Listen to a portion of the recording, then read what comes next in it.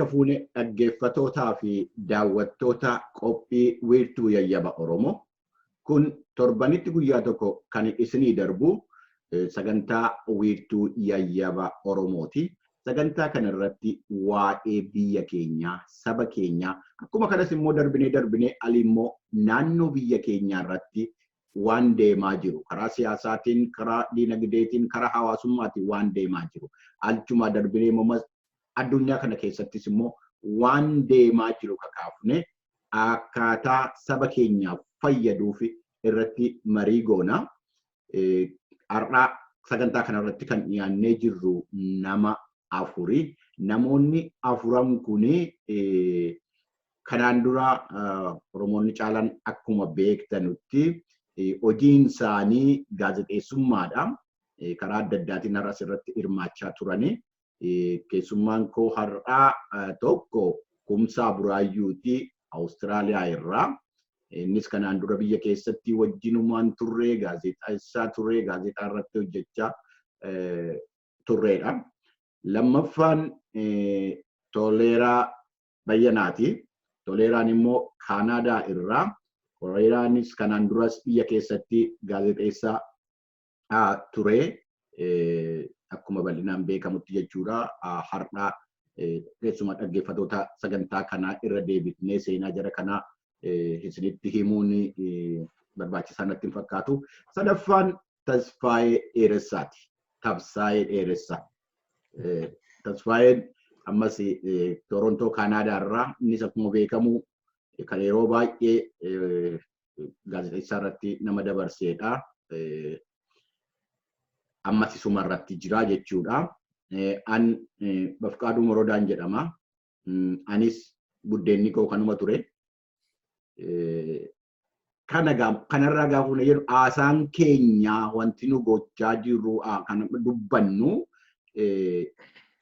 waan ijoo dubbii kaafnu hundumaa kan ilaaluudhaaf deemu ija gaazexeessaatiin. Ija gaazexeessaa Oromootiin dubbanna. Oromummaa keenya qabannee jedhu gaazexeessaa Oromooti.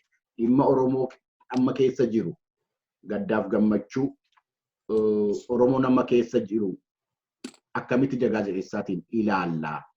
Keessumaa immoo seera yookiin immoo sirna politikaatii fi diinagdee biyya Itoophiyaa keessa amma jiru kanarratti Oromoon ilaalcha maalii qaba waan jedhu irratti kan mari'achuudhaaf deemnu. Kanas akka ilaallu ija gaazexeessaatiin ilaallaa jechuudha. Kana jechuun maa'inni akka namoota paartii tokko bakka bu'ee aangoodhaaf deemuu irratti miti kan ilaallu jechuudha. Akkuma kanarratti dhaggeeffattoonni fi daawwattoonni keenya akka nu hubattanuun barbaada.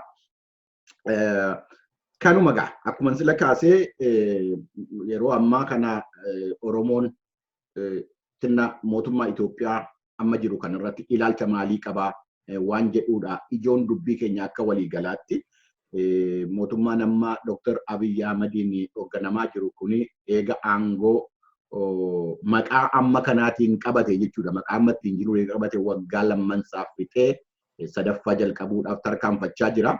Egaa waggaadhuma yeroo darban kana keessatti maaltu ta'e Oromoon maalirraa argate? Akkuma waggaadhuma lamman kana keessatti maalirraa argate dhagaa? Akka dheerachuu hin barbaannu qabsoonni Oromoon keessa jiru umuriidhuma keenya keessatti iyyuu kunoo gara waggaa 50 deemuudhaaf deema. Yoodhuma gabaabsinee ilaalle jechuudha. Wareegamni itti kaffalame, lubbuu baay'eetitti darbe, qabeenya baay'eetitti dhangala'e. Kun immoo sababa qaba. Waan gatii itti kaffalame sana argateera moo Oromoon argachuudhaafis abdii qaba moo yoo hin arganne maal ta'a waan jedhu kana keessatti ilaaluudhaaf yaalla. Mee akkuma waliigalaatti keessummoota koo yookaan immoo hiriyoota koo obboleewwan koo wanti ani ittiin jalqabuu barbaadu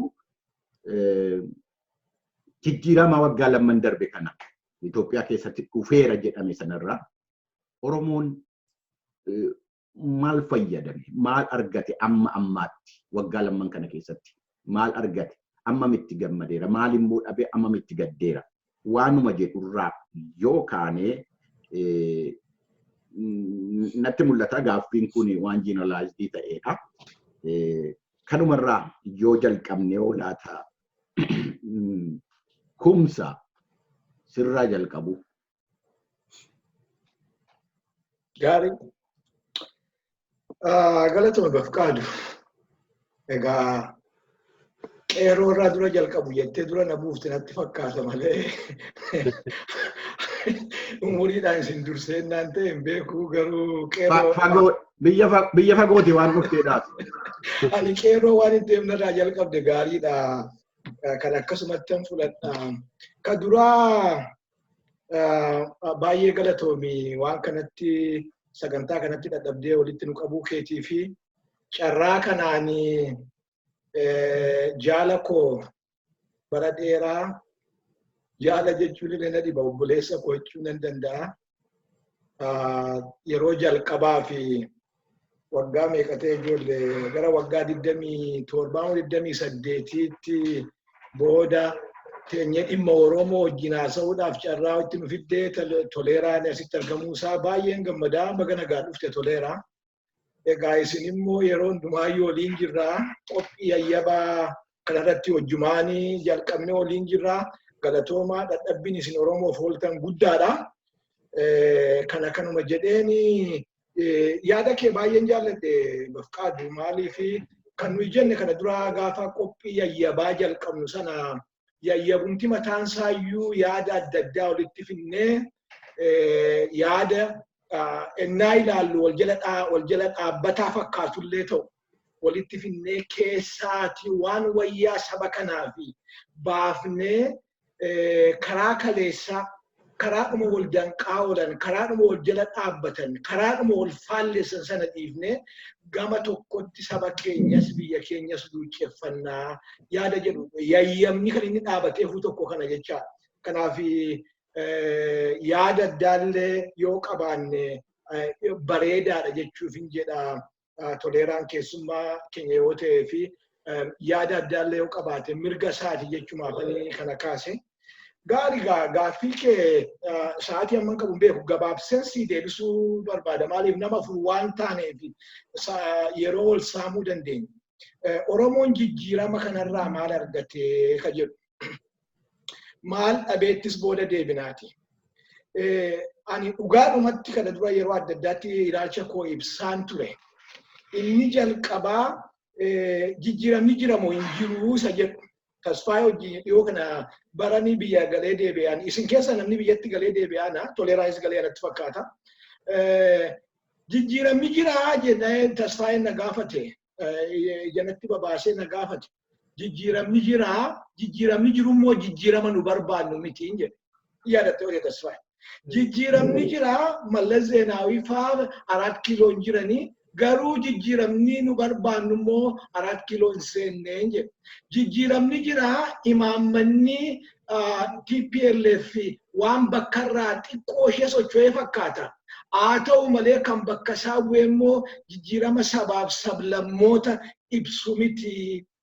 Jijjiiramni jiraa agartee warri ikoonoomii biyya sanaa dinagdee biyya sanaa guutuutti hudhanii qaban ijoolleen TPLF waan achisuu ta'anii fuula isaanii deeffatan fakkaata. Garuu kan bakka isaanii bu'ee amma immoo biyyicha saamuutti as dhufee kan dantaa Oromoo bakka bu'u miti, kan dantaa sabaaf sablammootaa bakka bu'u miti siin jedhe tasfaayee yaadate. So teknikaalii jijjiiramni jira, eeyyee jijjiiramni jira. Jijjiiramni jiru immoo jijjiirama nuyi bakka bu'u miti, jijjiirama nuuf dhaabate miti, jijjiirama namarraa namatti jijjiirameera. Kana maaliif akka jettanaan jechuu malta.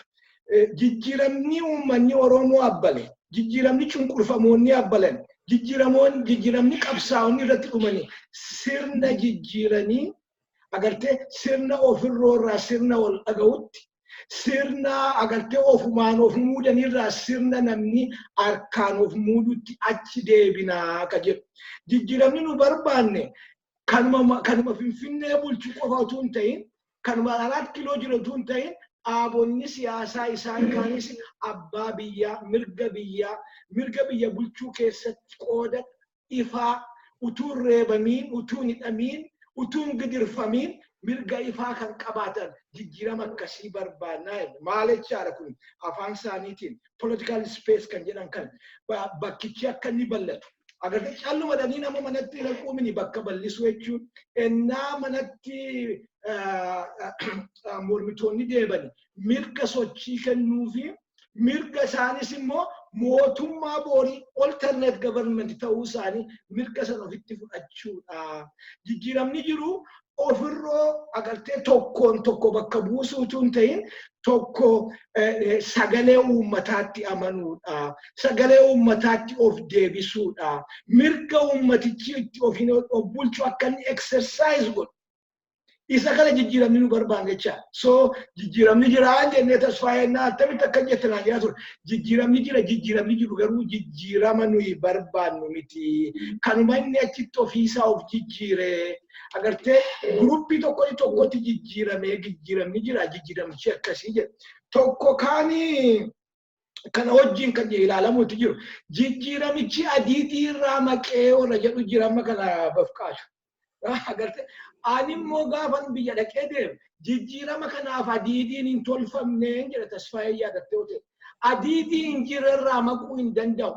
Jijjiirama kanaaf adiitiin hin tolfamne wajjin taa'anii agartee oppositioniniif mootummaa keessa ni jiru wajjin taa'ee institutionii kan biyyaa godhee politikaa immoo kan gartuu gochuu. Agartee kanan tolfamne adiitiin tolfame hin jiru amma adiitiin irraa maqee hin jiru jijjiiramni isuma dura agartee sochii uummata agartee kani maal jedhama yuudha kun wareegama uummata wareegama qeerroof qarreessa saame sanatu of harkaa qaba malee jijjiiramni tokkoyyuu kana adiitii irraa maqe adiitiin kanatti irraa maqe jettu yoo adiinni sun tolfame adiinni tolfame hin jiru. Dhaabonni politikaa wajjin ta'anii termiin tolfan dhaabonni politikaa wajjin ta'anii akka itti adeeman hin tolfan agartee orrumtii achi jiru tokko irraa ka'ee tokko waan itti galee fi adiidii sun hin jiru jijjiiramni ta'e kan namootaati malee kan sirna jijjiiruu miti. Kanaaf deebeetu mootummaan suni amala isaa duriitti deebee amalli isaa durii nama hidhuudha amalli isaa durii nama ajjeesuudha amalli isaa durii nama dhabamsiisuudha. Har'a wanti nu argaa jiru gaafa qaadu kan hundumaa argaa jirra waan ta'eef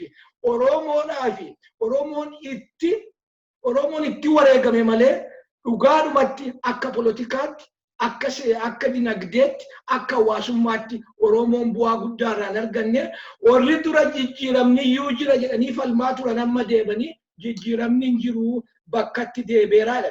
Isaan hojii egaa kana itti deebina. Maaltu dabe eessatti waan jedhu itti deebina. Akkamitti sirraa'uu qabas waan jedhu irratti immoo itti deebina. Mee gaaffiidhuma kana waan kumsaa nama kaasee irra deebi'een hin dubbachuun barbaadu gaaffiidhuma kana toleeraan oomee kana irratti yaada maalii qabdu? Tole galatoomii Bafiqaadu hundumti keessanis galatoomaa kun anaafis carraa guddaadha. Tasfaayee abbaa urjii jenna abbaa urjii gaazexaa urjii waggooti dheeraadhaaf wal beennaa kumsaa akka wanni jedhee kobbolaatti akka jaallan qabsoottis walii wajjin turre bara addi bilisummaa Oromoo gullallee ture firaashii tokkorra ciisaa turre Bafiqaaduus yerooti gaazexaa xoomaa itti gaafatamummaan hojjetaa turtirraa kaafnee amma dhiyeenya kana isaatiin afaan Oromoo hojjetaa turtetti sirriitti wal beennaa. Wannan beeku hundumti keenya arfan keenya yoo jechaadha namoota bu'aa dhuunfaatiif waa dubbataa jiru akka hin taane nan beeka. Waanuma nu keessa jiru waanuma saba keenyaaf hawwinu waanuma biyyi keenya akka isheen taatu hawwinuuf waan taaneef akka itti walitti dhufnee mari'achuun gaariidha kan jiruun qaba. Inni kaan amma kumsaan yeroo itti seenee toleeraanis yaada biraa qabaachuu danda'a kan jedhu jedhee dhuguma yaada biraachuu qabaachuu danda'a. Wanti ifatti beekamu tokko yaada biraa qabaachuun qaama biraa ta'uu miti. Yaada biraa qabaachuun nama biraa ta'uu miti. Maatii tokko keessaa yoo namni yaada adda addaa qaba. Yaadi adda addaa kun immoo mana ijaara, mana jabeessa. Kan dogoggoree wal sirreessaa deema jechaadha. Akka kanatti wanni hubachuudha malee wanni biraan maxxana biraa wanti tokko hin jiru. Amma kun miidiyaadha. Miidiyaa hawaasaatti paablikiitti dubbatamu ani mootummaa wajjinis hariiroon qabu waluun beeku nama tokkitti ani mootummaa keessa abalu jedhee wal dubbisuyyuu hin beeku hin qabusi ittiin qaanaa ammoo miti utuun barbaade utuu natti tolee utuu naa biyyatee siitizinii biyya Kanaadaati utuu natti tolee utuu fedhii qabaadhee yoon wajjin hojjedhee yoon wajjin mari'adhee waan itti qaana'u miti garuu miti dhugaan jiru kanadha jechaadha. Kanarraa ga'een akka nama tokkootti akka nama toleeraattanii dubbii kana ilaalaa dorgommiidha moo maali amma kun egaa Dr. Abiyyi dhufee maal arganne maal dhabne jedhu kuni maaliin dorgomsiifnaadha ammanaaf. Dr. Abiyyi ilma Oromoo ta'ee achirra boosaati. Oromoo ta'ee Prime Ministerii aangoo olaanaa biyyattii geggeessuu isaati yeroo jalqabaatiif. Utuu Prime Ministeriin Oromoo duraan tureera ta'ee achirraa isa kanaaf isa sana waliin dorgomta jechaadha. Amma dorgommiin keenya Oromoon maaliif qabsaa'aa ture maal barbaaduuf deeme maal argate maal dhabe isa jedhutti yeroo deebinu ani eessaa akka kaan irrattanii xiyyeeffadha. Eessaa kaanee dhufne isa jedhu sana wal bira qabdeetu jijjiirama sana ilaaluu danda'u sirra jiraata. Bara tokko na yaadadha Tasfaayin nan beeku ani nan beekaa bara yuunivarsiitii 6 kiiloo barataa ture.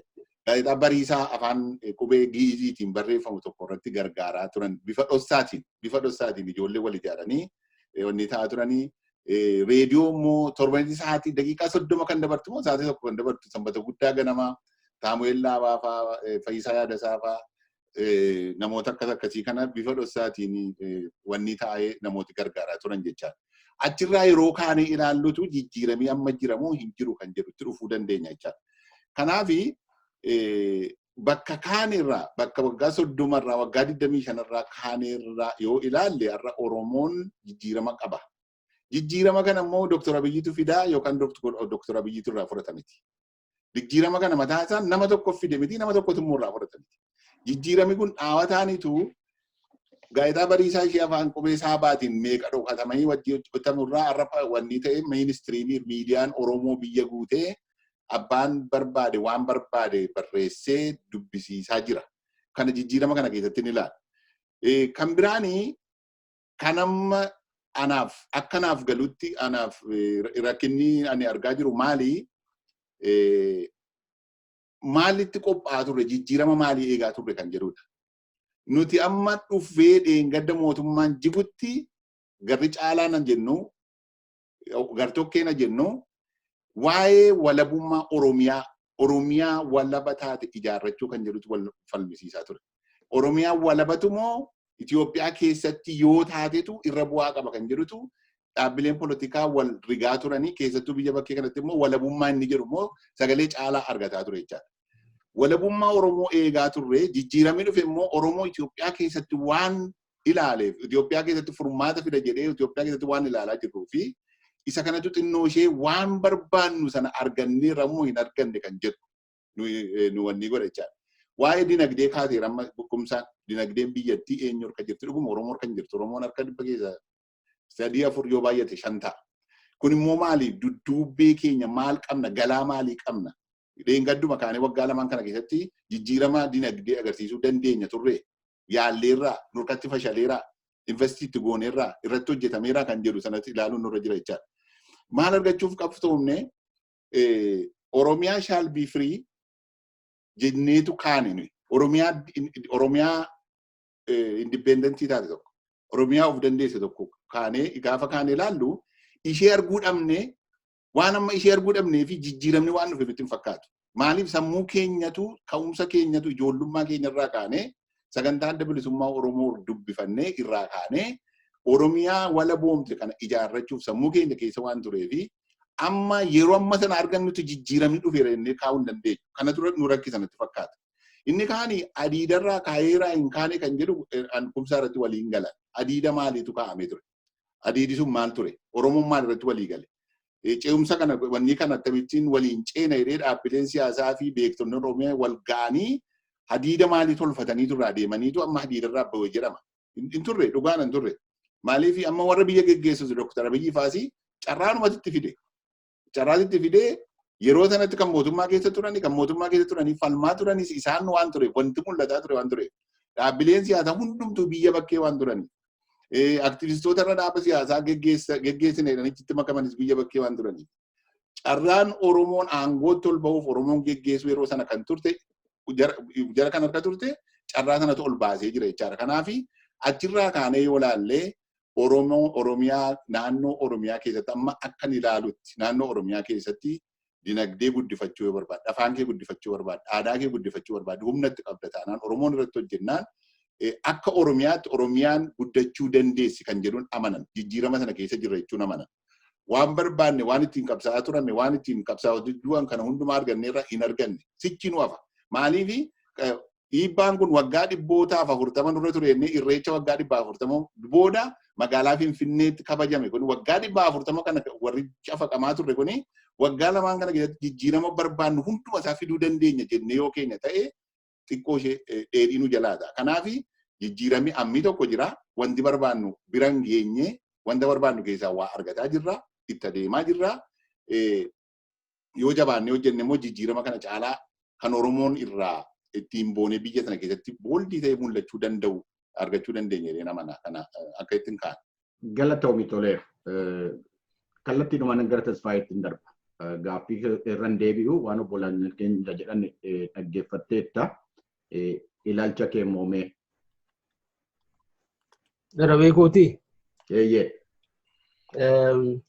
Waan tokkoon ifa gochuu barbaada jalqaba tokkoffaa egaa hundi keenya hin beekna asuma bara biyya jirurraa kaafnee waan hojjechaa turre karaa ilaaluun garaa abbaa qabuutti quufamu waan jedhamu tokkotu jira.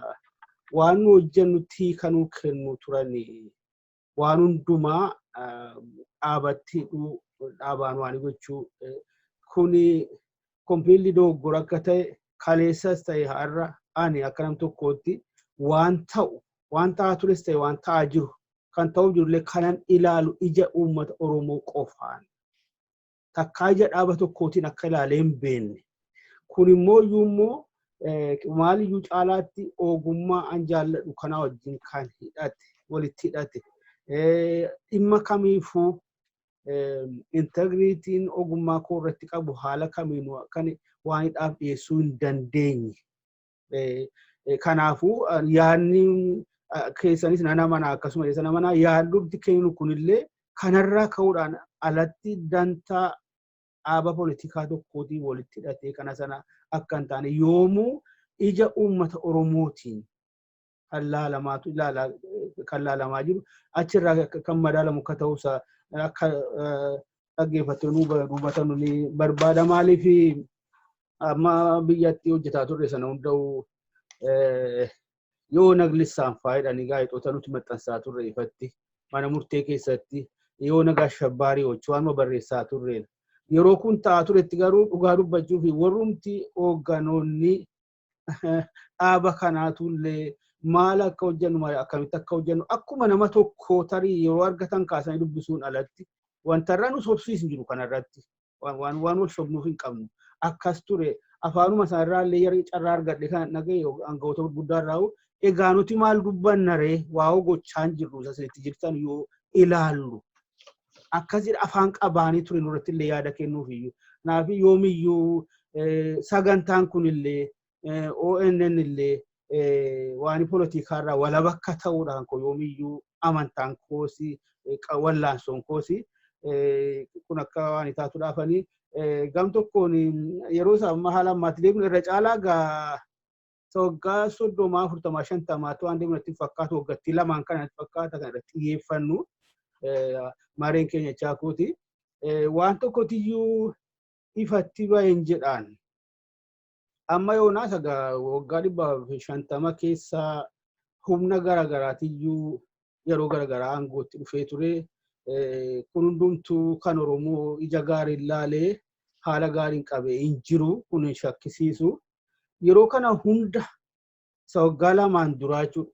kana hunda'u amantaan shakkira darbe amantaan Oromoonni quuqamoon Oromoonni dammaqoon qabanu humnaan gorra jiru kun waan Oromoo hin taaneef iyyuu Oromoo irratti dhiibbaa godhaami waan Oromoo hin taaneef yeroo hundumtuu akka dhufee darbu kun hundumtuu Oromoo irratti xiyyeeffataami kan jedhu jira ture natti fakkaata. Waggaatti lamaan dabarte kana garuu asaantu kana garuu sanayyuu achirratti waa tokko ifanuu taasise. Oromoos ta'ee dhiisee eenyuyyuu kanaan gootti dhufu uummata Oromoo jiyyoo rakkoo akka qabu. Kun immoo waanuma haqa lafarra jirudha. Hundumtuu yoo uummata kana qabadhe malee yoo uummata kana to'adhe malee yoo uummata kana control godhe malee jiraachuu aangorra buluu hin danda'u kan jedhu. Addunyaan nutti maa jiru nuti ofitti nimin addunyaatu nutti mee Oromoota aangootti dhufee amma Oromoota biyya bulchaa jiraa'u isa jedhu. Kanallee ta'ee jijjiirama arguu dhabe Oromooni. Kanaafuu abbaan fedhe yoo aangootti dhufe sanuma dubbiin jechaadha. Egaa haalli jiru hundumtuu wanta argaa jiru hundumtuu sanarraa madde egaa. Uummatichi hundumaafuu yaaddoodha. Maaliif yaaddeen immoo maaliif yaadde isaan immoo tarii gaafii uummanni kun kaasaa ture kaasaas jiru deebisuuf yoo yaalame fakkeenyaaf ofiin of bulchuu haqa dhugaadhaan haqaan qabeenya isaarratti abbaa ta'uu dhugaatti haqaan fakkeessaatu hin taane isa waraqatarraa qofatu hin taane kun yoo taate tarii inni barbaadamu inni aangoorraa barbaadamu sun argamuu hin danda'u ittiin butuu hin danda'anu isa jedhurraa fakkaata gaafun ifatti mul'ata yeroo hunda'u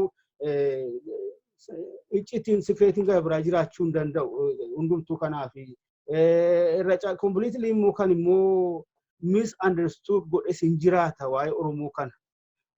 Nuumtuu natti fakkaata waan abboota leeraan lee ambala kaasee waan eegne dhabneetu jira. Kanaaf iyyuu itti quufuutti gammaduu dadhabne fakkaatan tokko. Yeroo hundayyuu Oromiyaa walaba ishee jettu laalla. Oromiyaa shall be free ishee jettu dhaadannaa. Akkanatti fakkaatu kun sirrii miti. Kun ajandaa jaarmoliin poolitikaa qabatanii deemanudha. Malee kun fedhii Oromoo the only choice jedhee kan lafa kaa'in jiru. Kan barbaadamuti iyyuu kana laa ummatichi isa barbaade hafilatu akka amantaa kootiitti. Yoo asuma irratti ifa walii gochuu qabna. Yoo tarii uummanni Oromoo lakkii an tokkummaan barbaada jedhe adda bilisummaa Oromoo dura dhaabbata ta'e fedhiin uummataa kabajamuu qaba jennee falmuun irraa eegama. Akkuma dhaabattu immoo kanan quba qabu kana mirgi kun akka eegamnetti fakkaata maali waan tokko yaadadha akka mootummaan cimsaa dhumee adda bilisummaa Oromoo mana mareetii bayeniyyuu yeroo sana hayyu dureen dhaabaa obbo Galaasaa Dilbooti hundumtuu waliin jira yeroo sana karaa deemuun kun illee hin jiru ture. BON duukaa bu'ee bakkuma jaarsi jirutti interview godhe Amaariffaan. Isheen kan afaan Oromoo kun hin banamne natti fakkaatti yeroo sana. 93 akkasumatti fakkaata. Inni irraanfadhu sababa garaagaraatiif ani irraanfadhu waan kana.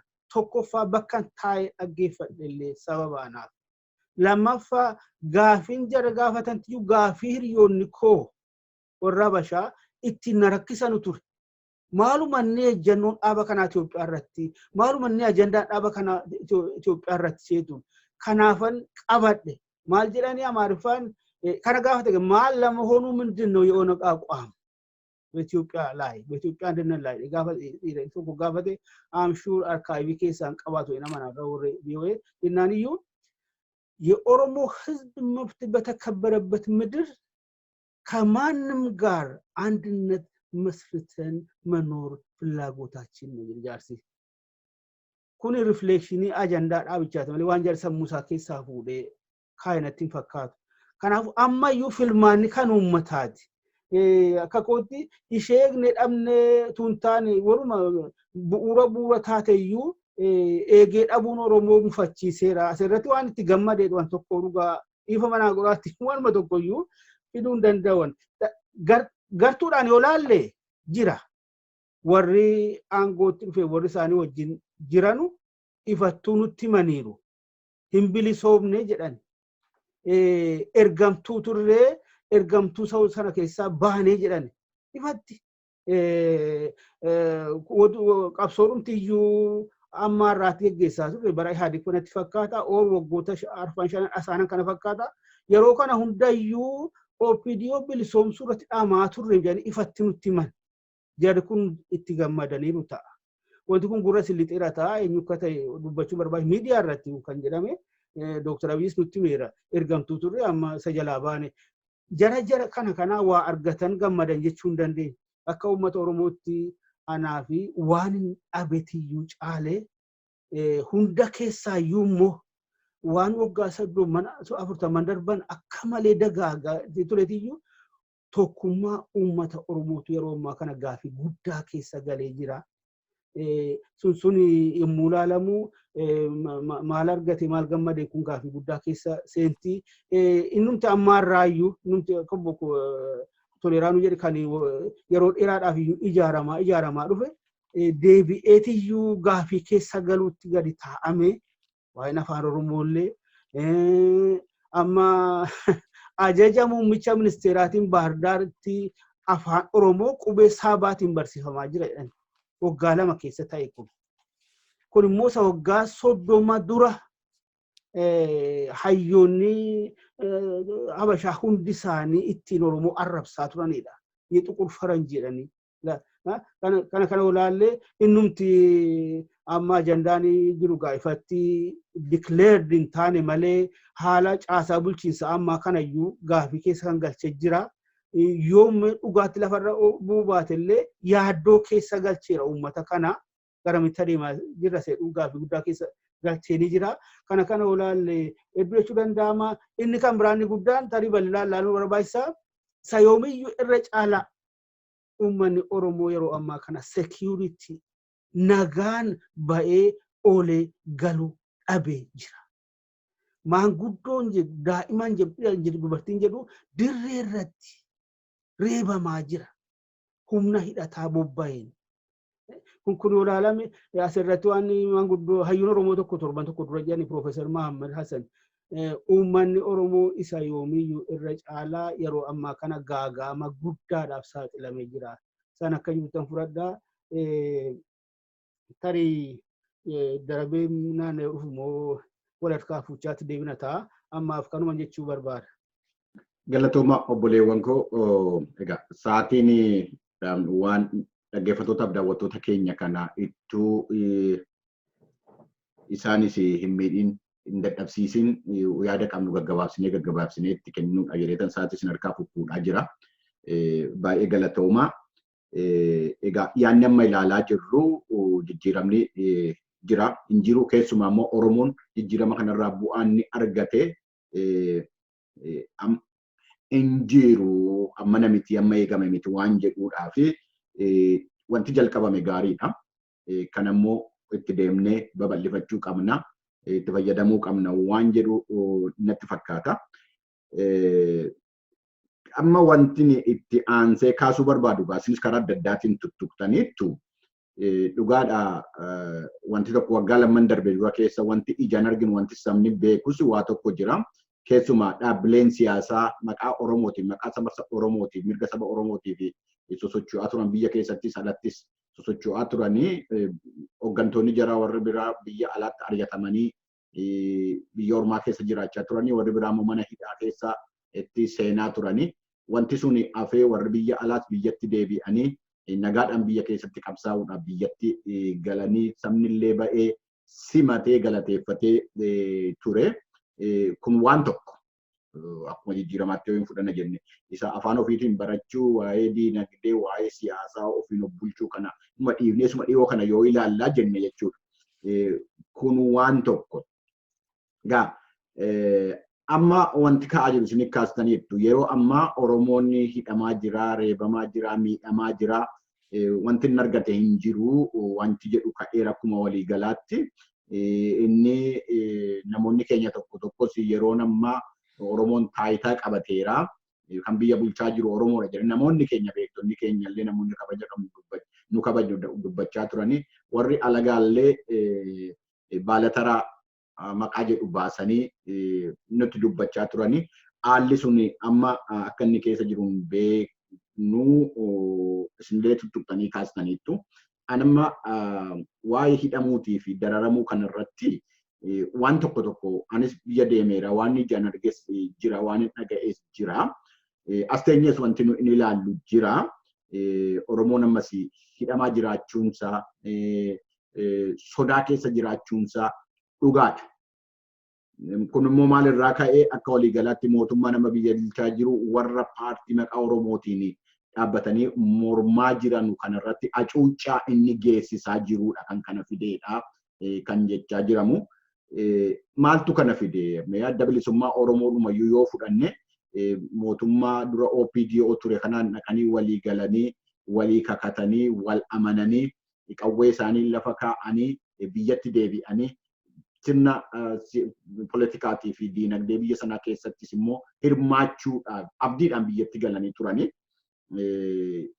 illollu karaa qawweetti lola qawwee hin barbaannu jedhanii qawwees lafa kaa'anii galanii turan. Achi deebi'ee wanti kun amma gareen tokko immoo addaan bahee bosonatti galee jara kanarraa amantii hin qabnu kan nu baasu kana miti waadaan keenyas cabeera jedhanii warri immoo lolatti deebi'anu jiru. Warri karaa biraatiin immoo karaa nagaatiin itti deemna warri jedhanu jiru. Jarri kun gammadaa miti karaa adda addaatiin akka gammachuu hin qabnes dubbachaa jiru. Amma hidhuudhaaf hidhamuu kanarratti namni quba walitti qaba. Mootummaan akkana godhaa jira jedha. Namoonni du'aa jiru baay'isa waan sobaa hin qabne. Oromoon bakka adda addaatti du'aa jiru kukkufaa jiru. Quba walitti qabu. Mootummaa tajjeessa jedha. Mootummaan immoo abaa'oo tajjeessa jedha. Maqaa biraatti baasee jechuudha. Shanees maal isa jedhu jechaa jiru. Kuni waadaa cabeetu jira jechuudha iddoo tokkotti waan kanaan dura waliigalan waggaa lamman dhabe kanarratti waan waliigalan irratti waadaa cabeetu jira. Maaltu fide mee waan kana? Quba walitti qabu, wal adamsuu, wal hidhuu, wal ajjeechuu kana, maqaa walii baasuu kana, akkuma diinummaatti iyyuu ilaaluu kana maaltu fide? Waan jedhutu natti dhufa. Mee toleera ani sumarraan jalqaba. Amma wal hidhuun kun inuma jira waan sobnu miti. Namni hidhamaa jira, namni du'aa jira, Oromoon jechuudha. Keessumaa maqaa ABO'tiin. Maqaa paartii biraatiin OFC'nis Oromoo Federaalist Kongireesiinis immoo komee dhiyeessaa jiru. Miseensi keenya hidhamaa jiru. Dararamaa jirra akka barbaanne deemuu hin dandeenye waadaan kanaan dura nuu galame cabeera jechaa jiru. Maaltu dhufe eessatti cabe waadaan kun? Waadaa kana cabsuus immoo maaltu fide? Quba walitti qabuun kun amma maalirraa dhufe? Toleera sirraa jalqabuu laatamu. Galatoome gaaffichi jajjabaadha. Gaaffichi jajjabaadha. Yeroo baay'ee murtaa saameera miidiyaa ONN kanarrattis miidiyaa OMN irrattis waan kun yeroo dheeraadhaaf irratti haasa'amaa ture. Irra guddaa namoota dhimmicha gadi fageenyaan odeeffannoo sirrii qabantu irratti haasa'aa ture waan ta'eef nuyi alaala teenye waan ilaallu irraa dubbannaa. Wanni guddaan namooti baay'een irratti walii galan addi bilisummaa Oromoo yeroo biyyattii galee September keessa galanii September 15 galanii ni November gara dhumaa keessa dhaqeen ture biyya gara Wallaggaa dhaqeen ture. Lafis muktis wanti hundumtuu alaabaa adda bilisummaa Oromooti. By the way adda bilisummaa Oromoo sila Tasfaayee waa kaasee ture Oromiyaa shall be free ni nuyi jennanii jedhe uummata Oromoo akka jirutti kan dammas adda bilisummaa Oromooti. Warruma mootummaa keessa jiru iyyuu sagantaa adda bilisummaa Oromooti. Kanaafi wanniin politikaa nuyi ijoollummaadhaan kaanee uummataatti qabannee ittiin dhufne isa sana kanaafan kana kaasee jechaadha. Kanaafi kun gaaffiin qabu amma adda bilisummaa Oromoo qabsoo uummata Oromoo sochoosuunsa gaaffii tokko iyyuu hin qabu. Kanarraa kaanee haasofna adda bilisummaa Oromoo yoo jaallannes yoo komannes sanarraa kaaneeti jechaadha. Sagantaa adda bilisummaa Oromoo kun akka akeekametti deemaa jira moo deemaa hin jiru kan jedhu jechaadha. Isa kaan inniif na yeroo magale sana biyyi akka ajaa'ibaatti akka inni simate ani ija koon argeera jechaadha. Waan addunyaan argee waan sana bira dabarree immoo gara Wallaggaa dhaqeen ture. Maatii koo gara Gimbii Haaruu iddoo jedhamu amma ga'utti deemaan ture. Namni hundumtuu adda bilisummaa Oromoo alaabaa adda bilisummaa Oromoo hundumtuu qabatee dhaadessa ture. Waan nama shakkii hin qabne ture jechaa yeroo sanatti uummanni ammin arge kun gara Shaashamannee Hawaasaas immoo dhufeen ture achi immoo xinnoo ishee waan biraan argaa garuu isaan sirriitti argeerraan sitti maatii amma lafi rakkoon jira jedhame illee naannoo Wallaggaa waan ta'eef kanarratti wanni ta'a. sun akka sanatti itti fufnaan kumsaatti illee eegasii deemnee bilbilaan dubbannee turre kun waan haalamu miti. Garuu maaltu kanaan ga'e kan jedhu adda bilisummaa Oromoo mataansaa caccabuunsaa hoogganni adda bilisummaa Oromoo miti kan caccabe adda bilisummaa Oromoo miti kan laafee kan caccabe hooggana adda bilisummaa Oromooti. Isaan hoogganni kun iddoo lama sadiitti caccabuun mataansaa wanni ta'e ilaalcha namootaa kana confusionii uumeera. Sila jaalgalaasaa dilboo tasfaayin kaasaa ture jaalgalaasaa dilboo gaafa ija galanii waa isaan dubbataa turan. Namoota biraa ture adda bilisummaa Oromoo wanni ta'an adda bilisummaa Oromoo dhiisanii waan biraa ta'aa turan. Gara boodaa kana gara adda bilisummaa Oromoo gara maqaa isaa irratti illee paabliikii wanni irratti miidiyaa alagaa irratti illee walitti falmaa turan jecha. Maqaan kun anaaf ta'a sun anaaf ta'a amma alagaan nama argutti maqaa kanallee anatu moggaafata kan jedhuun wal dhabaa ture jecha. Kun uummata Oromoo gidduutti namni fedhe amma fedhe wanni haa ta'u namni hundumtuu deeggaraa mataasaa hordoftoota mataasaa qaba waan ta'eef kuni vaakiyuumii yookaan qaawwaa uumeera. Qaawwaa namoota gidduutti uumeera. Inni guddaan garuu confusioniidha. Amma gaaf tokkoon baay'ee aare waa tokkoon aare. OMN irratti interview godha nami tokko. Interview godha obbo Baqqalaa Ofekoorraa. Obbo Toleeraa Adabaa adda bilisummaa Oromoorraa. Obbo Taayyee Danda'aa Badhaadhinarraa. Interview godhu turan.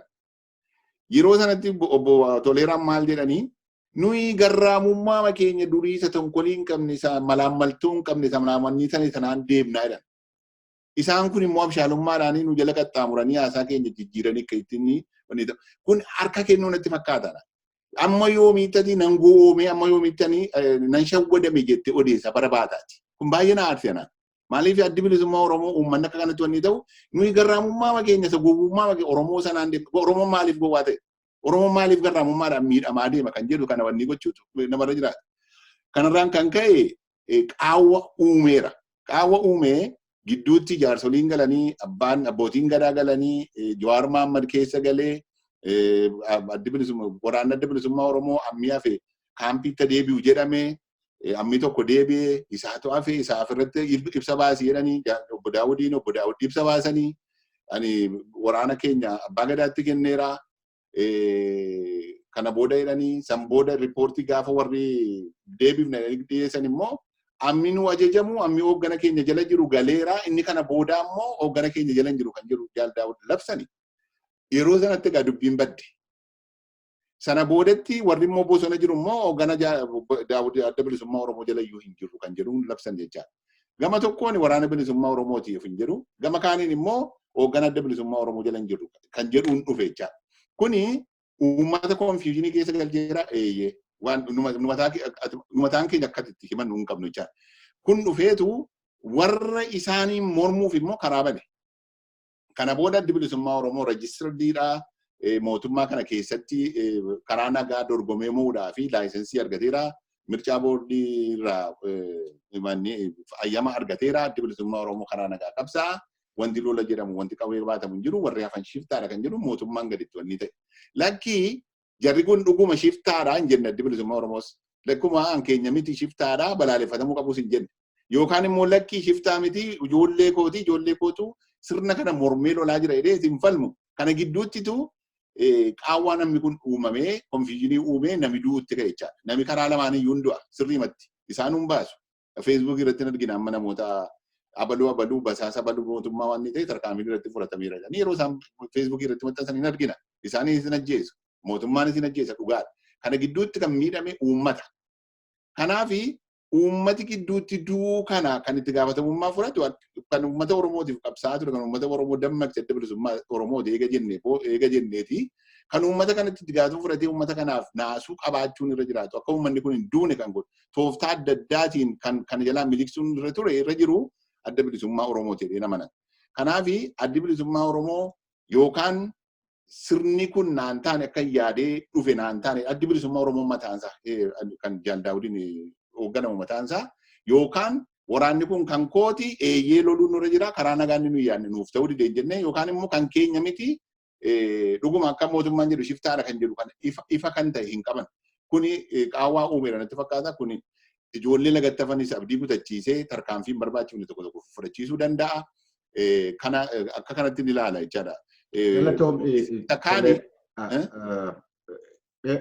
itti deemina sa'aatiin makeenyatti dhumarratti itti fufuu dandeessan fuula duratti gara gaaffiidhuma kana wal fakkaatuuni yooduma yaada wal fakkaatuun jechuudhaan eenyuun iyyuu gaafachuudhaaf asiin jiru yaaduma wal jijjiirraa jirra. Tasfaay gara keetti hin dhufame. Kan koo kana maaltu fide ishee jettu sanaaf sila kallattiin ta'uu baatu waan tuqinatti fakkaata. Mootummoota waggaa 150 keessa wal duraa duubaa aangoo qabatan kan hamma yoonaatti turan hundi isaaniiyyuu kan maqaa Oromoodhaati yookaan kan Oromoota hin jiru ture. Kanaaf nutti fakkaata ture Oromoo addatti baasanii irratti xiyyeeffachuun waggaan lamaan isaan tokkoon garuu isin nutti agarsiifte eenyuyyuu aangootti yoo dhufe garaagarummaan qabu jechaadha. Uummata kanaa wajjin wal dhabdee qabaachuun uummata kanaa wajjin ishuu qabaachuun sababni isaas immoo hundumtuu kan uummata kan akka fedhetti to'annoo isaa jala abboommii isaa jala galfachuu hin dandeenye umurii isaa dheerachuu kan dandeenye waan beekuuf sababa hedduu barbaadaan waa biraamiti filmaataan fakkeenyaaf ishuun guddaan inni sanarraa kanaaf riisoorsiidha.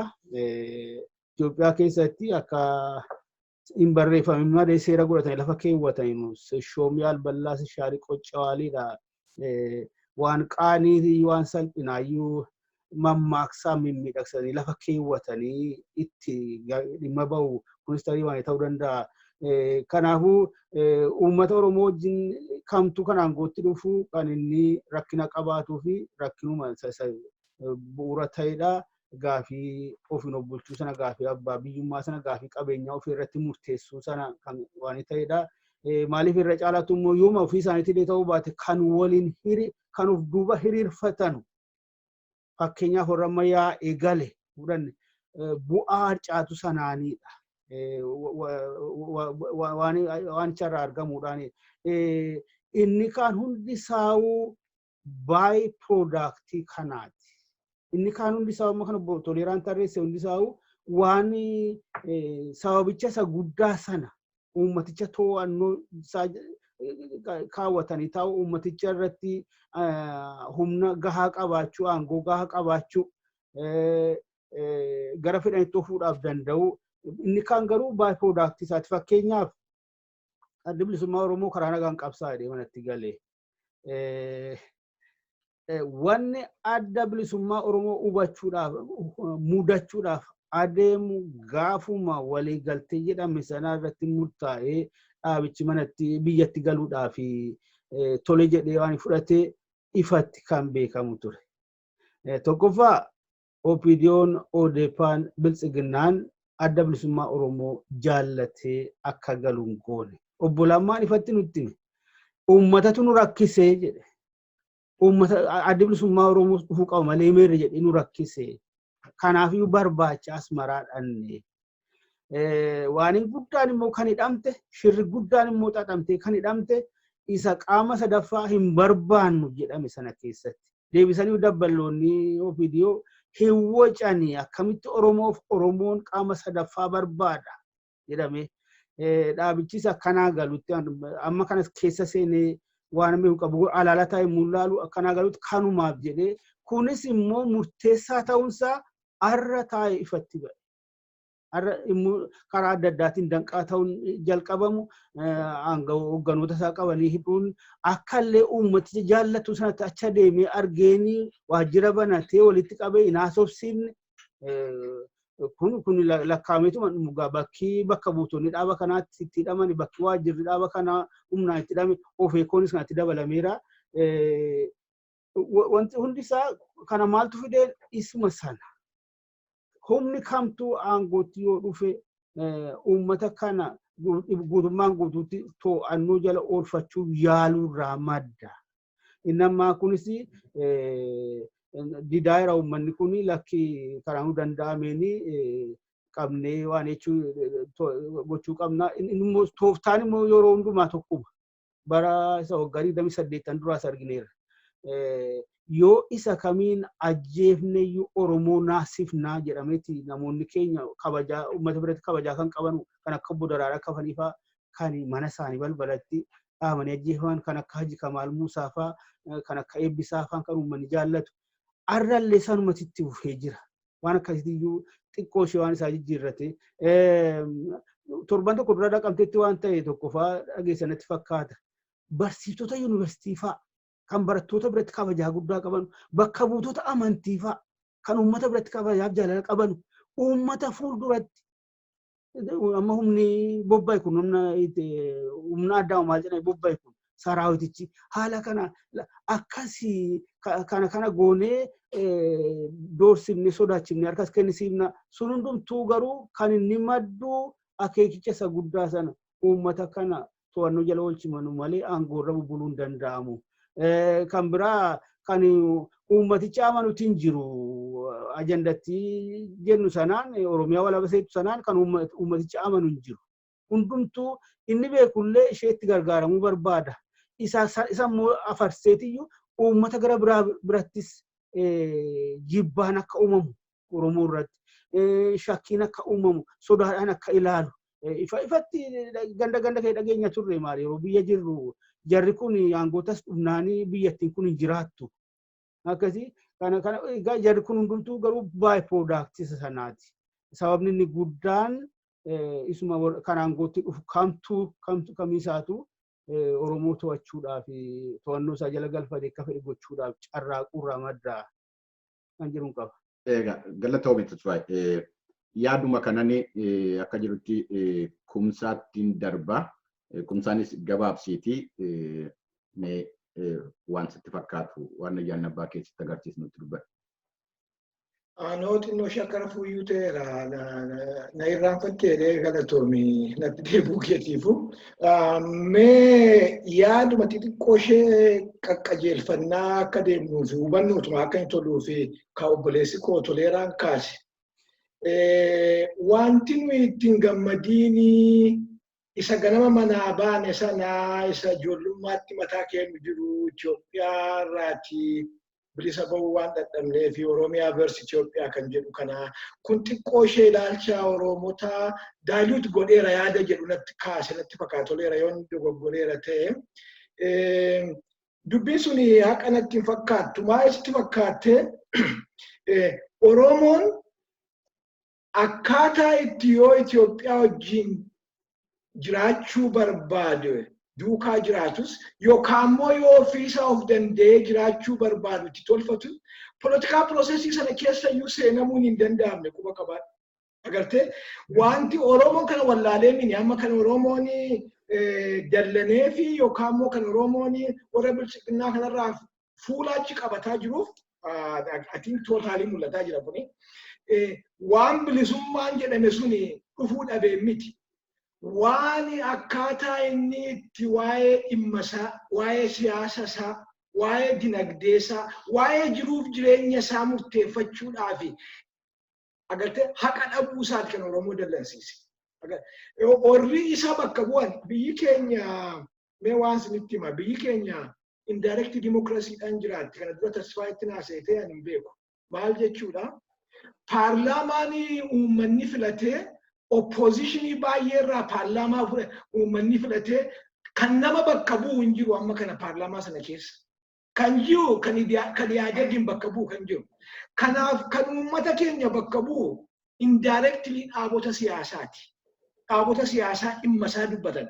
Kun indirect democracy jedhama.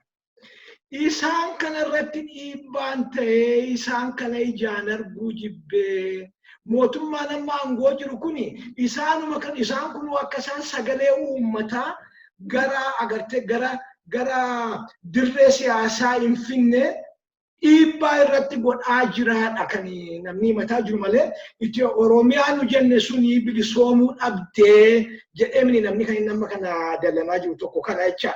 Kanaafuu Abiyyiin jedhama obboleessi koo ammas Abiyyiin eenyu wajjin madaallaa Oromoon dhugaa dubbachuudhaaf yabbolaaku. Abiyyiin amma kana Oromoon mallas birayyuu darbee Haile Maariyaam birayyuu darbee Oromoon amma kana Abiyyiin Mangistuu wajjin madaalaa jira. Maaliifi mootummaa mangistuuni abbalaa ture sanadha amma kana 4 kiiloo keessa argaa ture jecha mootummaa agartee Itoophiyaa tokkitti mootummaa agartee biyya tokkicha kan afaan tokko keessaa manaddagamee guddatee ol ba'e kan agartee haala tokko nationally wannu tokkitti kan qabdu kana godhaa daare agartee qaamaan kan hojjetaa jira Dr. Abiy kun waan ol dhosini waan inni beete mangistii keessatti dheengadda dhaabee kan Oromoo waggaa 150 himate harka namure arma namure jedhee kan inni himate biyyarraa na baasa jedhee kan inni dubbate agartee kan calaqqoo kanannoole kan inni dubbate mootummaan nuyi Oromoo bakka bu'ee eenyuun isa madaallaa innuu haaraadha kan jedhu kana inni kun beete mangistii keessa fidee dhaabachuu kana mallasillee dhaaba agar unionistii dhaan kan beekamu Mangistuu Hayilamaariyaam kanallee hojjetu kana hojjechuuf hin abballe jechuudha kun maal agarsiisa jechuudha akka inni dhimma Oromoo secondarii godha kajalee dhimmi Oromoo inni ijoolleen Oromoo lubbuu itti gadi dhangalaaftee isaaniin agartee abbootii isaanii kanuma isaan jedhan amma irra kaa'uuf iyyuu mini arra faallaa fi fadhaasa ofiyyuu nufi kanuma isaanii nu gabroomsanii jalaa baanee agartee noo garba turree namaaf ergamna kan isaan jedhan kanayyuu kan isaan irraa ari'e dhiiga qeerroo dhiiga qarree dhiiga ilmaan Oromooti qabsoo Oromootu bilisummuma sanayyuu isaan agarsiisa inni immoo deebi'aadhuma isaayyuu kaaddanaa isaan kana kan ijoollee Yohaannis ofirraa galfanne jenneen naanu yaannu asumaan tufi kan ijoollee Minilik deebisee 4 kiilootti nuuf galchecha asumaan akkaaraa qiyyatti warra maaraa shoorti kaatiif gudee manatti galchee Minilik beete mangistii waa'ee Minilikaasaa lafti dhaqamu kaffitaa Itoophiyaa dheengadda kananiif toleeraanii irratti barsiisaa baane gullallee keessatti kananiif toleeraa ijoollummaa keenya agartee seenaa Oromoo seenaa qabsoo seenaa du'a Oromoo kan nuyi nageet godhaa baane inni asumaan tufii fuudhee manatti nuuf galche jecha kana wajjiin madaalla jechuudha eenyu wajjiin madaalla biyyiin ennaa jennu Hayilemaariyaamii wajjiin madaalla Mallasii wajjiin madaalla Mangistuu wajjiin madaalla amma gaati Oromoon isaanuun wayyee jedhaa ture maali fakkeenya keessumaa addatti dantaa isaaniif iyyuu haa ta'u malee dantaan isaanii keessa iyyuu haa jiraatu malee addatti Mallasfaa cunqursaa bara dheeraadhaa fi aadaa keenyaa fi afaan keenya gad deebisee ilaala kan biyya keenya nurraa saame dhaqatanii golatti galchan jecha achi kun Gondor garasitti ittisan isaaniin ol baasee amma wanti hafen jiru gaafa bataskaanni ba'e kaa deemaa jedhee waajii gochuu malee wanti karaa Abiyyi hafen jiru jecha Itoophiyaa amaaresse kanaaf Oromoon dallanee kan wajjiin kontarii goonummoo isaan kanaa kan jedhu maal jechuudha gaa sirna Oromoo angeessaadha sirna Oromoo garaagaltee hundeetti isa geggeessu sirna Oromooni agartee waan nagitu waan dinagdeedhaan nagitu waan siyaasaan nagitu waan hawaasummaadhaan nagitu Itoophiyaa keessaan qaba akka inni hin jenne laamsheessa jechuudha. Egaa halkan guutuu hasaabaan bulla yoo kanaason maal jedhe achuma gaafa dhufu Dr. Abiy maal jedhe Oromoo kan xiqqeesse Oromummaadha jedhe sabboonummaan Oromoo xiqqeesse jedhe kananatti jedhamin irra kaa'uuf hin dubbadhamin kanaaf Oromoon agartee mootummaa kana jalatti miidhameera kan nu jennee haasofnuufi warra kaaneeti jecha toleeraa yaadatta atis Tasfaayinis Bafqaaduunis gaazexeessitoota ta'anii hidhamaa turan keessaayyuu sagalee ambiraa waan taataniif hidhamaa wajjin ture jechuudha. Arra daqiiqaan ifataa teenyaa somnu kanatti Dassuu Duulaa mana hidhaa keessa jira. Yaazoo Kabbadaa mana hidhaa keessa jira. Waaqoon Oolee mana hidhaa keessa jira. Jarri kuni gaazexeessitoota waan godhan hin qaban waanuma Abiyyi hin jaallanne dubbatan waan Abiyyi anoon jaalladhu kana jedhee dubbatan jechuudha. Agartee isa kaleessaatti nu deebisee isa kaleessaa yuutuun ta'e kakaleessa irra amaatti nu ceesise kan nu jennuuf kana jecha. Iyyaadatta natti fakkaata hundumti keessan iyyaadatta. Alaabaa baa'oo namni baatee argame nama wanjala guddaa godhe. Amma kana maal godhu guyyaa baattee adeemuu dandeessa. Halkan namni alaabaa sana baatee bulu Wallagga keessaati dhaqanii gaafachuu dandeessu akka gaafa duraa miti hidhaa keessa jira. Hin bada hin balfama jechuudha. Uummanni Oromoo kaanillee bira darbee ala dhalee fiyyee hidhamaa jira toleera. Amma jaalsanyii kan jedhanii waraana bilisummaa Oromoo kan yeroo ammaa kana giddugaleessa Oromiyaa keessa jiru. Haadhasaa bar mucaan kun waggaa 18 oli. Nama of danda'e ati ko waa'ee kootti gaafatamuu qabdi. Haadhasaa fuudhanii agartee maanguddoo Oromoo hidhaadhaan dararanii reebanii mana hidhaa keessa gashanii jechuudha. Sirna akkasii nuuf jechaadha Dooktar Abiy. Waan inni Dooktar Abiyyiin himannuufi waan inni badhaadhinaa sirna badhaadhinaa agartee yoo akka paartiitti dorgoman mirga isaaniiti. Waan inni isaaniin himannuufi yaada isaanirraa faallaa ta'e yaada Oromoon anoo kanan jaalladha jedhu yaada sana balleessu kan Mallas faa caalu kan Mangistuu faa caalu ta'anitti dhufuun isaanii akka kuni jijjiirama maaliitti jira kuni kun jijjiirama maaliitti jira kan jedhutti nu geggeessa jechuudha. Kan utuun kana qabxi ta'e kan dinagdeedhaan Oromoon halkan tokkotti guddattee haa bultu hin jenne ani toleera. Kan inni ani jedhe illiitiin kaleessa dinagdee Itoophiyaa wayyaanee wajjin saamaa turani. Amma isaan achirraati xinnoo achi ba'aniinna illiitii kan biraa dhalate amma kana yoo ilaaltee dhattee ilaaluu dandeessa. Daataa baay'eeti jira. Amma kan saamaa jiru illiitii biroodha. Oromoon keessa hin jiru. Agartee saamicha dinagdeetu gartuu tokkorraa gartuu tokkotti ce'ee. Bata mangistiitu nama tokkorraa nama biraatti ce'ee malee sirni hin jijjiiramne hundeen cunqursaadhaa bakka jira kan nu jennu. Kanaaf jecha gara gaaffii keetitti deeba dhiifama naa godhiiti. Obbo Kumsa akkuma duraa waliigallee irratti yeroon keenya daqiiqa tokkitti naa gashee irratti si fixa. Isa irratti naa gabaabsiiti baay'ee dheeraa deemne irraa. Saatiis qabna itti deebinee waan irra hafe kaasuu hin dandeenya. Kutaadhuma tokkoffaa asirratti dhaabna jedheetanii mee daqiiqaa tokkoon sii ta'e. Bareeda maaltu rakkoo kana fidee nagaadhuma too ture kan jedhu dhugaa ani biyya galeen ture hunduma keessa dura kan galee ana. Ennaan galu mataasaa utuu ani biyyan gahiini sagantaa tokko tasfaayeen utuu ani Dubaayin jiru gadhiise. Itoophiyaa keessa rakkoon jiru akka ammaa kanatti furamuuf hin deebu jedheen dubbate.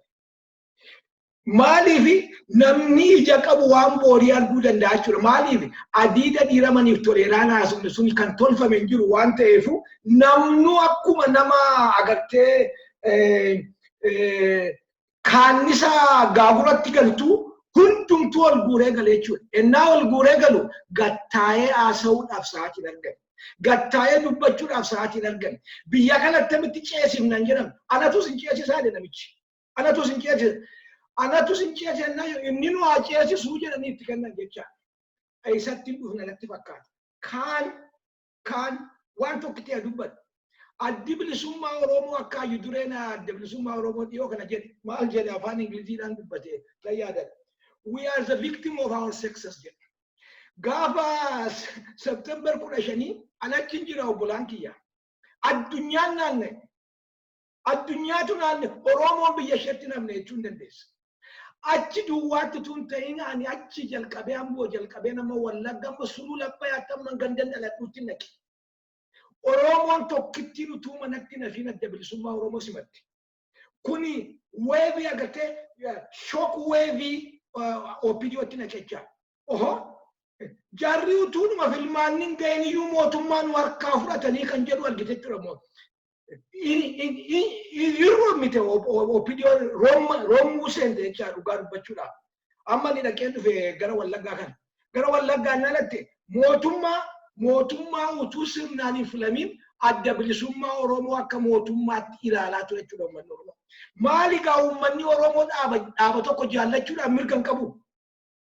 Booda maal godhan Wallaggaani akka ganda diinaatti maappii godhan. Ganda diinaa godhan jecha. Bilchiginnaan hundumtu isaa Wallagga ganda diinaa ganda isaaniitti duulan ta'an jechuudha. Waan inni godhan jiru bilisummaa duwwaa jaallate Wallagga. Isa duwwaa utuu hin ta'in waa tokko dubbadheen siif ta'a.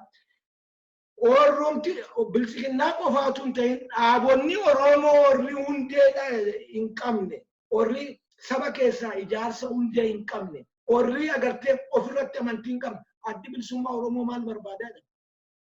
Addi bilisummaa Oromoo maal barbaada?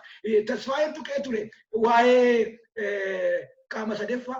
Qaama sadeeffaa quba qabaadhu bilchiginaa duwwaa miti. ODF tokko qaama sadeeffaatti diina kan ta'e tokko ODF. Tokko pabaawodha. Tokko immoo kun amma eenyuun ora kafaawoti. Maaliif sitti fakkaata? Ofirratti amantii waan dhabaniif maal barbaada addi bilisummaa Oromoo? Amma maaltu barbaadama ilma abbaa gadaatoo dhufe? Qe'ee keenyatti gallee irraati. Maaltu barbaadama jedha? Kana duwwaayyuu mini baay'ee si qaanessa dubbachuu si ibbisiisa malee. Dhaaba paartii biraa ta'ee dhaqee namni adda bilisummaa Oromoo keessa bara dheeraadhaaf ture. OPDOdhaani pirezidaantii OPDOdhaan ati pirezidaantii kooti jedhe aruma seeneeti kuma qabaat waan qabsaa baheef hin beeku jecha kaayyoo qabsaa baheef hin beeku ati pirezidaantii kooti jedhee gugguufe jecha kun addi bilisummaa Oromoo kana didi addi bilisummaa Oromoo kanatti olii galuu dadhabe waan inni kanatti olii galuu dadhabee fi akka diinaatti ilaalame akka diinaatti kan ilaalame immoo olterneetiivii ta'uu isaati beekamicha. Mootummaa sana mootummaa fuudhuudhaaf dandeettii akka dhaabni sun qabu dandeettii organizationii ta'uu dhiisuu hin danda'a. Dandeettii fudhatama uummata biratti mootummaa fuudhuudhaaf dandeettii qabaachuun isaa waan argameef kana yeroodhaan balleessuun karaadha kan jedhutti waan ta'eef ayyi dureen suni akka inni dhaqee waraanallee dubbifna ta'e ayyi duree hidhaa kaan jechuun dandeessa. Almost akka inni olii gadi na deemne godhanii ittisanii jechuudha. Kanatu rakkoo amma nu qabnu kanaan nu ga'e. Waanni waraana dubbatamu kuni, wanti waraanni fincila jedhamu kuni akkatti hoogganniif waraanni isaa itti ol qunnamsiisuu kan dhoowwate OPDO yeroo siiti. OPDO Alamuu Simee faa yaadatti yoo ta'e. Isaan duwwaayyuu miti kan biraa mootiin sii deema warra bilisoomne jedhamti ture. Obbo Kumsaa itti deebina waan kana hin dhaabnu akkuma sila dubbanne dhaggeeffattoota keenyaaf daawwattoota keenya dadhabsiisuudhaaf bakka lamatti qoonnee itti deemna waan kana isa sagantaa torban kana kutaa tokkoffaa kana asirratti dhaabna dhaggeeffattootaa fi daawwattoota keenya dubbiin kun rarra'ee jira hin dhumne isa itti aanu immoo kutaa lammaffaa irratti torban dhufu yookaan immoo tibbina kana itti deebinee maal wayyaa waan jedhu immoo maal ta'uu qaba maal wayya eessaan nugaa wanti kun waan jedhu itti daballee ilaalla kutaa tokkoffaa keenya asuma irratti dhaabna amma kutaa lammaffaadhaan walitti deebinutti bakka jirtanutti nagaa ta'aasniin jedha maqaa kootii fi maqaa obboleewwan kootii sagantaa kana irratti hirmaataniin jechuudha kutaa lammaffaatti walitti deebina.